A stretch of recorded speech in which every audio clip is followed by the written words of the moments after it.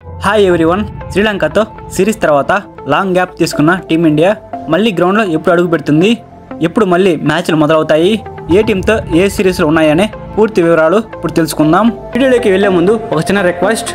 మన maxi prediction Telegram channel అయితే IPL మరియు టీ20 వరల్డ్ కప్లో 100కి 95% అయితే కరెక్ట్ ప్రొడిక్షన్ అయితే ఇవ్వడం జరిగింది. మన టెలిగ్రామ్ ఛానల్లో మ్యాచ్ విన్నరే కాకుండా టాస్ విన్నర్ ఎవరనేది కూడా చెప్తాము. అండ్ అలానే ఎప్పుడు ఎంట్రీ తీసుకోవాలి, ఎప్పుడు బుక్ సెట్ చేయాలి, ఎప్పుడు లాస్ కట్ చేయాలనేది పూర్తిగా ఎక్స్ప్లెయిన్ చేయడం జరుగుతుంది. టాప్ 10లో ఉన్నటువంటి టెలిగ్రామ్ ఛానల్స్లో మన మ్యాక్సీ ప్రొడక్షన్ టెలిగ్రామ్ ఛానల్ కూడా ఒకటనమాట. మీరు కనుక మన మ్యాక్సీ ప్రొడక్షన్ టెలిగ్రామ్ ఛానల్ కనుక ఫాలో అయితే ప్రతి మ్యాచ్లో డబ్బులు సంపాదించుకోవచ్చు. మన టెలిగ్రామ్ ఛానల్ లింక్ అయితే కింద డిస్క్రిప్షన్లోను అండ్ ఛానల్ బయోలోనూ ఉంది. వెళ్ళి వెంటనే క్లిక్ చేసి మన టెలిగ్రామ్ ఛానల్ జాయిన్ అవ్వండి. ఇక మనం మెయిన్ టాపిక్లో కనుక వెళ్ళినట్లయితే టీ20 వరల్డ్ కప్ 2024 విజయం తర్వాత టీమిండియా 3 సిరీస్లు ఆడింది. శుభ్మన్ గిల్ కెప్టెన్సీలో యంగ్ టీమిండియా జింబాబ్వేతో 5 మ్యాచ్ల టీ20 సిరీస్ ఆడింది.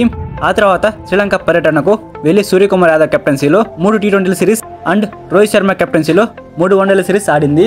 జింబాబ్వేపై 4-1తో, శ్రీలంకపై 3-0తో టీ20 నెగ్గిన భారత జట్టు లంకపై 3 వన్డేల సిరీస్ను 0-2తో కోల్పోయింది.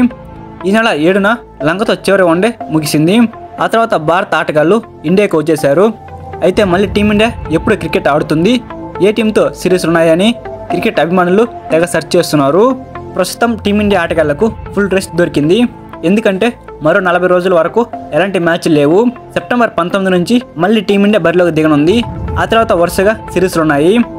Bangladesh, New Zealand, south Africa, Australia ఇలా వరుస పెట్టి సిరీస్లు ఆడనుంది. సెప్టెంబర్లో మొదలు పెడితే కంటిన్యూగా క్రికెట్ మ్యాచ్లు ఉన్నాయి.